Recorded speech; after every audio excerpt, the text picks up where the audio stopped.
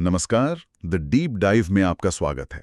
आज हम भाषा के पीछे छिपे गुप्त कोड को खोजने की कोशिश करेंगे। एक ऐसा सिस्टम जो हमारे हर वाक्य को नियंत्रित करता है, जिसके बारे में हम सोचते भी नहीं। और इस खोज में हमारे गाइड हैं फर्डिनेंड डी सॉसर, जिन्हें आधुनिक भाषा विज्ञान का जनक कहा जाता है। हमारे पास बेसल अल शेख हुसैन और इब्राहिम अबू शिहाब का एक एकेडमिक पेपर है जो सॉसर के काम की एक महत्वपूर्ण समीक्षा करता है। बिल्कुल। तो आज का हमारा मिशन सिर्फ ये समझना नहीं है कि सॉसर इतने जरूरी क्यों हैं, बल्कि उस पहेली को भी सुलझाना है जिसमें वो खुद उलझ गए थे। चलिए इस रहस्य को परत दर परत खोलते हैं। जरूर। तो सबसे पहले ये बताइए कि सॉसर के आने से पहले भाषा को लोग देखते कैसे थे? ऐसा क्या था जिसे बदलने की जरूरत थी? देखिए, उस समय भाषा का अध्ययन आज की तरह वैज्ञानिक नहीं था। दो मुख्य तरीके थे और सॉसर दोनों से ही खुश नहीं थी। अच्छा। पहला था पारंपरिक व्याकरण, जो स्कूलों में पढ़ाया जाता था। हाँ, जो हम सबने पढ़ा है। बिल्कुल। वो भाषा का विश्लेषण नहीं करता था, बस नियम तय करता था। ऐसा बोलो, वैसा मत बोलो।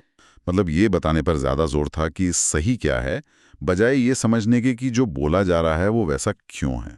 आपने बिल्कुल सही समझा। वो भाषा विज्ञान नहीं, एक तरह की कह सकते हैं नैतिक पुलिसिंग थी।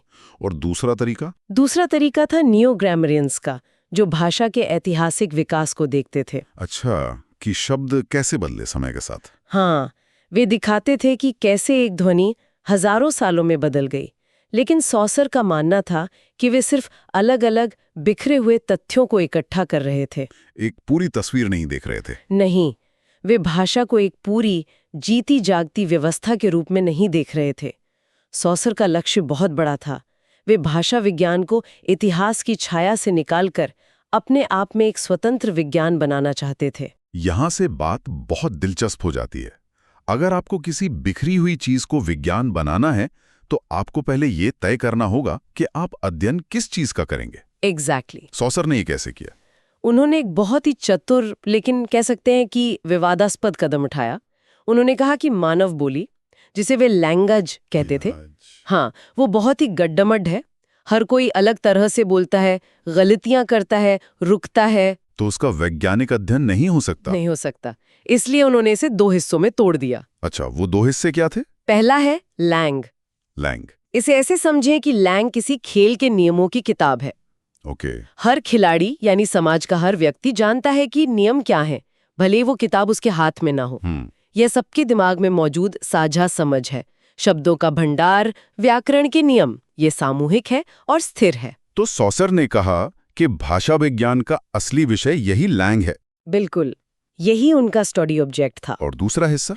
दूसरा है परोल। और लैंग नियमों की किताब है, तो परोल उस खेल का वास्तविक मैच है। अच्छा। ये भाषा का व्यक्तिगत और तात्कालिक उपयोग है, यानी बोलने या लिखने का असली काम, जो हर खिलाड़ी के लिए अलग होता है। हाँ, इसमें गलतियां होती हैं और ये हमेशा बदलता रहता है। तो सॉसर के लिए लैंग एकदम परफेक्ट साफ सुथरी लाइब्रेरी है। बिल्कुल। और परोल वो लोग हैं जो लाइब्रेरी से किताबें लेकर जाते हैं, किसी पर चाय गिरा देते हैं, किसी का पन्ना मोड़ देते हैं। हाँ, समझ गया। सॉसर को उस गंदगी से कोई लेना देना नहीं था।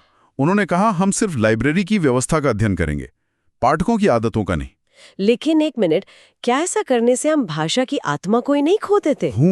अगर हम सिर्फ नियमों का अध्ययन करें और बोलने के असली गंदे एक्ट को नजरअंदाज कर दें, तो क्या हम असल में भाषा को समझ रहे हैं? ये एक बहुत बड़ा सवाल है। ये तो ऐसा हुआ जैसे हम संगीत के नोट्स का अध्ययन कर रहे हैं, लेकिन असल में उसे गाने या बजाने को नजरअंदाज कर रहे हैं। आपने बिल्कुल सही नस पकड़ी है।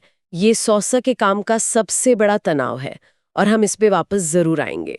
लेकिन उनके तर्क के अनुसार विज्ञान बनाने के लिए एक स्थिर और आदर्श वस्तु की जरूरत थी, और लैंग वही वस्तु थी। ठीक है, तो मान लेते हैं कि भाषा एक सिस्टम लैंग है। तो इस सिस्टम की सबसे छोटी इकाई क्या है? इसके बिल्डिंग ब्लॉक्स क्या हैं? यहीं से सॉसर के भाषाई चिन्ह का आइडिया आता है ना? एकदम सही। और ये भी उतना सीधा नहीं है जितना लगता है। कैसे? आमतौर पर हम सोचते हैं कि एक शब्द किसी चीज से जुड़ा होता है। कुर्सी शब्द असली कुर्सी से जुड़ा है।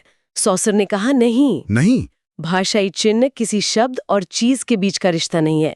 ये दो मानसिक चीजों का जोड़ है। मानसिक चीजें मतलब? पहला है सिग्निफायर, यानी ध्वनि छवि।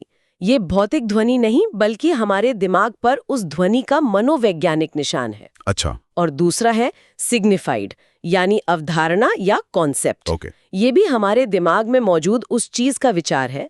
जब हम पेड़ कहते हैं तो प एड़ की ध्वनि छवि हमारे दिमाग में तना, शाखाएं, पत्तियों वाली अवधारणा से जुड़ जाती है। और इन दोनों के मिलने से एक भाषाई चिन्ह बनता है। हाँ, सब कुछ दिमाग के अंदर हो रहा है। और यहीं पर उनका सबसे क्रांतिकारी विचार आता है कि इन दोनों के बीच का रिश्ता मनमाना है। हाँ, और ये बहुत बड़ी बात है।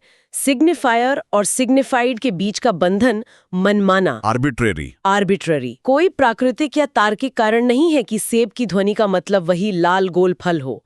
अंग्रेजी में उसे एप्पल कहते हैं, फ्रेंच में पॉम। ध्वनियां अलग हैं लेकिन कॉन्सेप्ट एक ही है। बिल्कुल, ये पूरी तरह से एक सामाजिक समझौता है, एक परंपरा है। अरे वाह, एक मिनट रुकिए। इसका मतलब तो ये हुआ कि भाषा असल में दुनिया की एक तस्वीर नहीं है, बल्कि ये दुनिया को देखने का एक चश्मा है जो हमें समाज से मिलता है। क्या बात है। हर भाषा एक अलग रंग का चश्मा है। ये तो सोच को पूरी तरह बदल देने वाली बात है। बिल्कुल, और इसका असर हम रोज देखते हैं। जब कोई नया मीम इंटरनेट पर आता है, हाँ। और अचानक एक अजीब सी तस्वीर या शब्द का मतलब सब समझने लगते हैं, तो वो और कुछ नहीं, एक नया मनमाना सामाजिक समझौता ही तो है जो एक नया भाषाई चिन्ह बना रहा है। सही बात है। इसका मतलब ये भी हुआ कि भाषा का हर तत्व अपने आप में कुछ नहीं है, बल्कि दूसरी चीजों से अपने अंतर के कारण परिभाषित होता है। आपने अगला बड़ा आइडिया पकड़ लिया। भाषा शुद्ध मूल्यों की एक प्रणाली है। शुद्ध मूल्य? हाँ, किसी भी चिन्ह का मूल्य इस बात से तय नहीं होता कि वो दुनिया में किस चीज को दिखाता है, बल्कि इस बात से तय होता है कि वो सिस्टम में मौजूद अन्य सभी चिन्हों से कैसे अलग है। कोई आसान उदाहरण? जरूर। हिंदी में भेड़ शब्द का मूल्य इसलिए है क्योंकि वो भेड़िया नहीं है, भैंस नहीं है या बकरी नहीं है। अच्छा। हर शब्द दूसरे शब्दों के साथ अपने विरोध और अंतर के जरिए अपना अर्थ पाता है। अरे वाह! तो खुशी शब्द का मतलब इसलिए खुशी है क्योंकि वो गम नहीं है, गुस्सा नहीं है या डर नहीं है। एग्जैक्टली। मतलब हर शब्द की पहचान उसकी अपनी वजह से नहीं बल्कि पड़ोसियों की वजह से है। ये तो भाषा का एक पूरा सोशल नेटवर्क है। क्या खूब कहा। ये बाजार जैसा है। 1 किलो आलू की कीमत सिर्फ आलू पर निर्भर नहीं करती। वो इस पर भी निर्भर करती है कि आज टमाटर, प्याज और भिंडी का दाम क्या है। सही है। हर चीज की कीमत दूसरी चीजों के संबंध में तय होती है। भाषा में भी ठीक ऐसा ही होता है। तो इन सब विचारों का दूसरे भाषाविदों पर क्या असर हुआ? अमेरिका में एडवर्ड सापीर और लियोनार्ड ब्लूमफील्ड जैसे बड़े नाम थे। उन्होंने इन विचारों को कैसे लिया? 20वीं सदी के भाषा विज्ञान पर उनका असर जबरदस्त था। ओके। सैपियर और ब्लूमफील्ड दोनों ने उनके कई विचार अपनाए। जैसे सैपियर इस बात से पूरी तरह सहमत थे कि भाषा प्रतीकों की एक पारंपरिक और मनमानी प्रणाली है। ओके। ये कोई जैविक चीज नहीं है जो हमें विरासत में मिलती है, बल्कि एक सामाजिक संरचना है जिसे हम सीखते हैं। और ब्लूमफील्ड ने भी भाषाई रूपों और उनके अर्थों के बीच मनमाने संबंध के विचार को अपनाया। और ये उस समय अमेरिका में बहुत बड़ी बात थी, जहां कई भाषाविद भाषा को एक व्यवहार के रूप में देख रहे थे, एक तरह की आदत। अच्छा। सॉसर के विचारों ने उन्हें भाषा को एक मानसिक और सामाजिक संरचना के रूप में देखने का औजार दिया। उन्होंने ये भी माना कि लेखन असल में भाषा नहीं बल्कि उसे रिकॉर्ड करने का तरीका है, कि भाषा का मूल तो बोली ही है। बिल्कुल। तो उन्होंने भाषा को देखने का पूरा नजरिया ही बदल दिया। इसे ऐतिहासिक घटनाओं के संग्रह से हटाकर एक संरचित प्रणाली के रूप में देखने पर जोर दिया। हाँ। लेकिन जैसा कि पेपर का शीर्षक कहता है, ये एक महत्वपूर्ण समीक्षा है। तो अब हम उस पहेली पर आते हैं जिसका जिक्र हमने शुरू में किया था। सॉसर के विचार कहाँ आकर उलझ जाते हैं। और यहीं से सॉसर के काम का सबसे जटिल और विवादास्पद हिस्सा शुरू होता है। ये जुड़ा है सिंक्रोनिक और डायक्रोनिक अध्ययन के बीच के उनके विभाजन से। ये सुनने में बहुत तकनीकी लगता है। आसान शब्दों में इसका क्या मतलब है? सिंक्रोनिक भाषा विज्ञान का मतलब है किसी एक समय पर भाषा की व्यवस्था का अध्ययन करना। ओके। जैसे किसी कैमरे से एक तस्वीर खींच ली जाए और बस उसी पल का विश्लेषण किया जाए कि सिस्टम कैसे काम कर रहा है, एक स्नैपशॉट की तरह। बिल्कुल, ये सॉसर का पसंदीदा तरीका था। और डायाक्रोनिक? इसके विपरीत डायाक्रोनिक भाषा विज्ञान समय के साथ भाषा के विकास और बदलाव का अध्ययन करता है। ये एक फिल्म की तरह है जो दिखाती है कि भाषा कैसे बदली। ठीक है। सॉसे इसे अलग थलग और आकस्मिक घटनाओं की एक श्रृंखला के रूप में देखते थे जो सिस्टम को बाहर से आके बिगाड़ती है। और यहीं पर समस्या है ना? उन्होंने इन दोनों को सख्ती से अलग रखने पर जोर दिया। बहुत सख्ती से। उन्होंने इसकी तुलना शतरंज के खेल से की जो उनकी सबसे प्रसिद्ध उपमा है। हाँ, मैंने इसके बारे में पढ़ा है। उन्होंने कहा कि खेल की किसी भी स्थिति में मोहरों का मूल्य उनकी वर्तमान स्थिति पर निर्भर करता है, इस पर नहीं कि वो वहां कैसे पहुंचे। भाषाविद को भी वर्तमान भाषाई स्थिति को समझने के लिए अतीत को पूरी तरह से दबा देना चाहिए। एक मिनट, ये कैसे संभव है? यही तो सवाल है। क्या ये कहने जैसा नहीं है कि हम शतरंज के खेल को तो समझेंगे पर ये भूल जाएंगे कि घोड़ा एल शेप में ही क्यों चलता है? ये नियम तो इतिहास से ही आया है। बिल्कुल सही। आज हम जिस तरह हिंदी बोलते हैं वो 100 साल पहले की हिंदी से अलग है। क्या हम उस इतिहास को नजरअंदाज कर सकते हैं? आप बिल्कुल सही सवाल पूछ रहे हैं। यही सबसे बड़ी पहेली है। सॉसर ने खुद स्वीकार किया कि समय सब कुछ बदल देता है।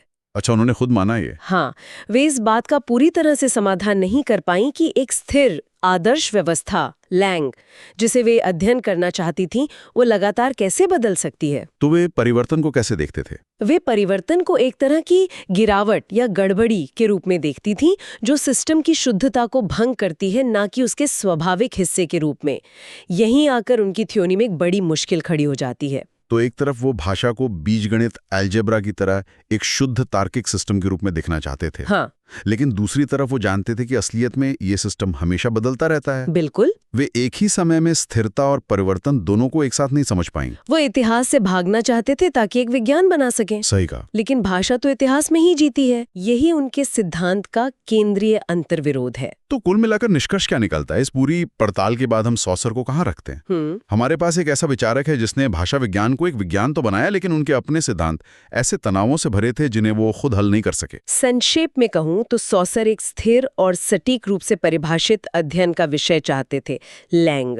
लेकिन भाषा की प्रकृति ने खुद इसका विरोध किया। अच्छा। बोलने के वास्तविक कार्य परोल को खारिज करने से उन्हें चिन्ह की मनमानी पर बहुत ज्यादा जोर देना पड़ा, और समय के साथ होने वाले बदलाव से मुंह मोड़ने के कारण वे इतिहास की भूमिका को लेकर गहरे असमंजस में पड़ गईं। तो क्या उनका काम असफल रहा? नहीं, और इस पेपर का निष्कर्ष यही है, और ये बहुत दिलचस्प है। बताइए। ये कहता है कि सॉसर का काम इसलिए जरूरी नहीं है कि उन्होंने सारे जवाब दे दिए, बल्कि इसलिए जरूरी है क्योंकि उन्होंने ये मूलभूत समस्याएं उठाई। मतलब उनके सवालों में ज्यादा दम था। हाँ, जिन तनावों की उन्होंने पहचान की, अमूर्त प्रणाली और उसके वास्तविक उपयोग के बीच संबंध, भाषा की इकाइयों की प्रकृति क्या है और हम परिवर्तन का हिसाब कैसे रखें, वे आज भी भाषा विज्ञान के केंद्र में है। तो एक तरह से उनकी विरासत उनके जवाबों में नहीं बल्कि उनके सवालों में है। बिल्कुल। उन्होंने वे सवाल पूछे जिनसे भाषाविद आज भी जूझ रहे हैं। बिल्कुल। उन्होंने भाषा विज्ञान के लिए एक ऐसा एजेंडा सेट कर दिया